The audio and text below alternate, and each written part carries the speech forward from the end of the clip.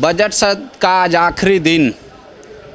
सरकार की बजट कहते हैं उसकी प्राथमिकताएं उसकी जनता की ज़रूरत को दर्शाती है।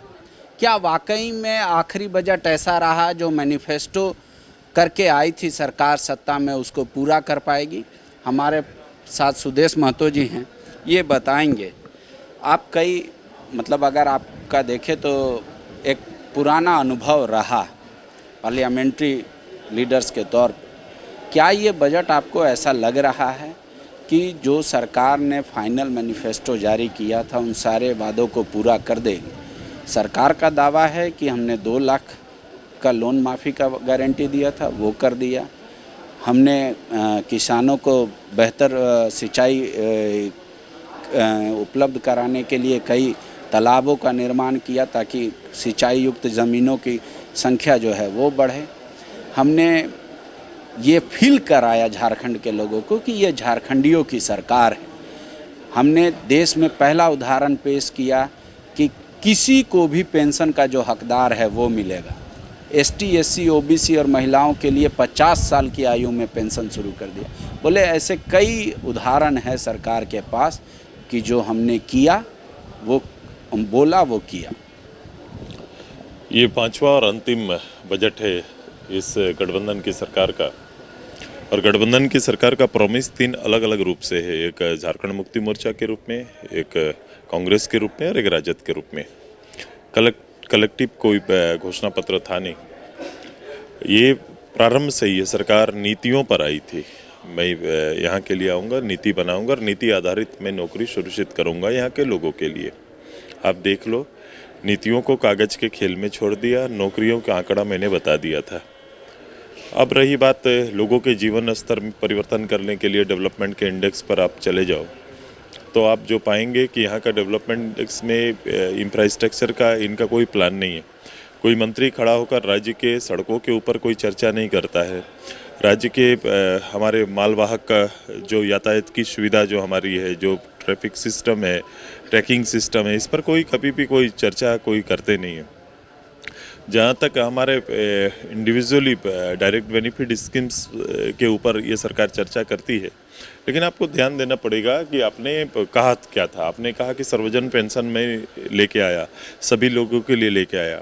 उनका घोषणा पत्र निकाल के देख लीजिए, उसमें दिव्यांग, विधवा या अति गरीब लोगों के लिए उन्होंने 2500 रुपया का पेंशन देने की बात की थी। आज उनको क्या ये कमिटमेंट पूरा हुआ है? क्या नहीं कमिटमेंट पूरा हुआ। घर बनाने की बात किए थे, नहीं हुआ। लोगों को जो छात्र पढ़ रहे हैं उनके लिए 5000 और 7000 रुपया मासिक जो भत्ता देने की बात हुई थी, वो पूरा हुआ क्या? एक भी माने उसके 5% to 10% भी इन लोगों ने अमल नहीं किया है। राज्य के तरक्की अगर सिंचाई और किसान की बात अगर करेंगे तो जीवन में बहुत परिवर्तन आया होगा।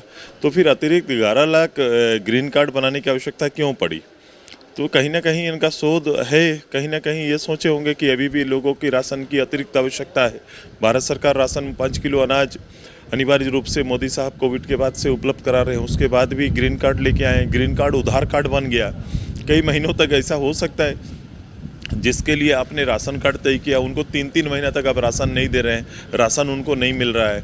अभी भी आप देखो कि उसमें राशन में केवल एक किसी का नाम, जितने भी राशन कार्ड बनाए हैं अभी तक किसी एक ही का नाम उसमें है, उसके परिवार के अन्य सदस्यों का नाम नहीं जोड़ा जा रहा है, उसको लॉक करके रखा गया है।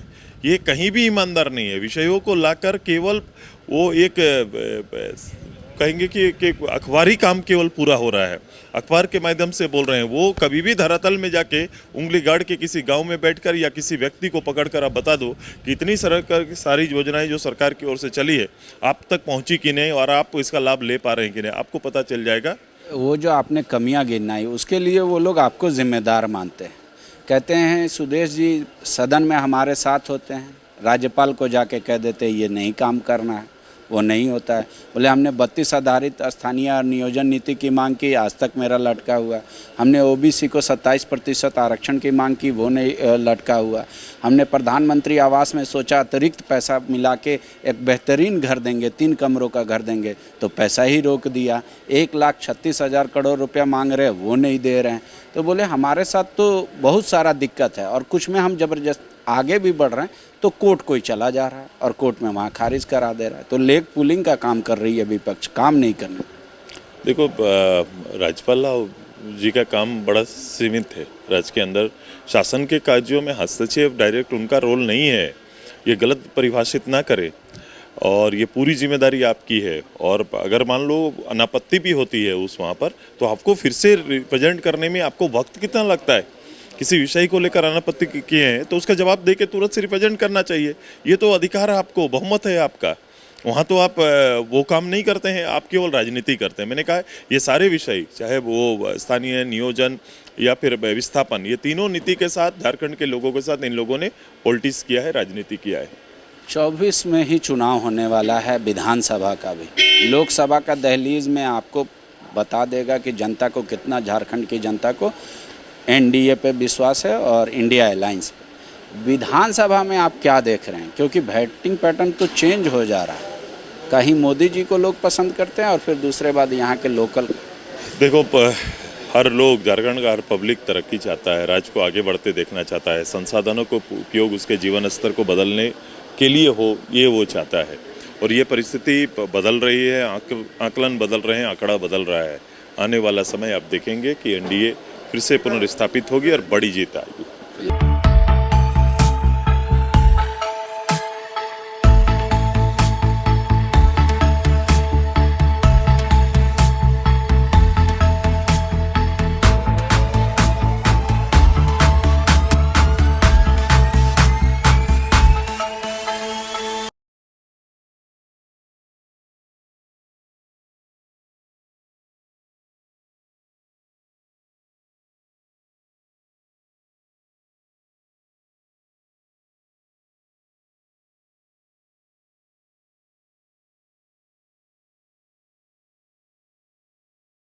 The follow-up.in